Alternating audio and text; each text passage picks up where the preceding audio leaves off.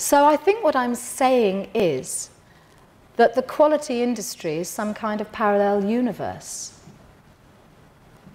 And before we establish parallel universes, we must ask some questions.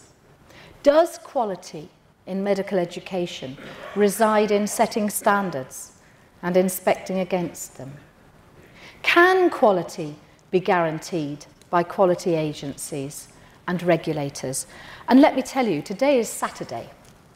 Well, I know you know that. Of course you know that. And a week ago was also Saturday. Well, you know that. Today I'm standing here in front of you in Khartoum.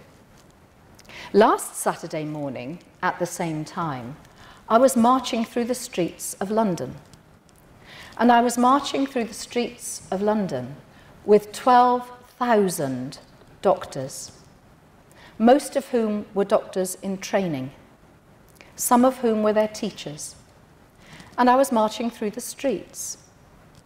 And those doctors were complaining, quite rightly, about their medical education, about some aspects of their medical education. And the conversations that I heard around me were of doctors who were worrying, not about themselves at all, but actually about whether or not what was going on in medical education would produce good patient care and would produce the best doctors. There were 12,000 of them on the streets of London last Saturday, and me, and other mothers and people like that.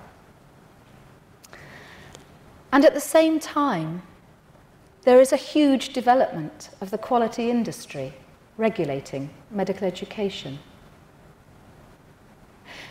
It seems to me that there must be a lesson for us there. So, can quality be guaranteed by quality agencies and regulators? Or do they fail to stop 12,000 doctors from marching on the streets of London? So what's the likely effect of removing ultimate responsibility for quality from the profession to external bodies? There is a great move for professions to be regulated from the outside, for somebody else to come and look at you, whether that's governments or whether it's other organisations. So what's the likely effect of that? And could a process of setting standards and inspecting against them become just a bureaucratic process? Will it just be numbers and statistics and surveys and people feeling very good about that?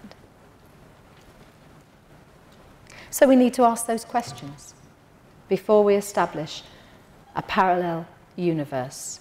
And it's all about, oh dear, it's all about my really bad typing. That's poor quality down on that bottom line.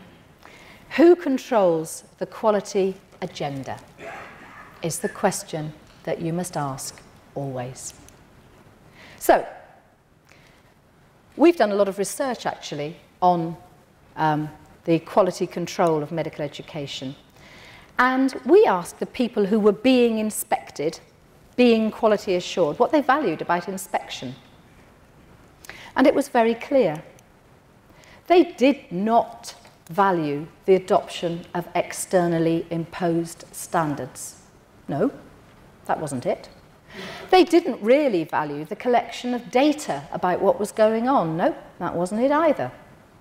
They didn't particularly value the receipt of reports from the inspectorate. No, wasn't particularly that either.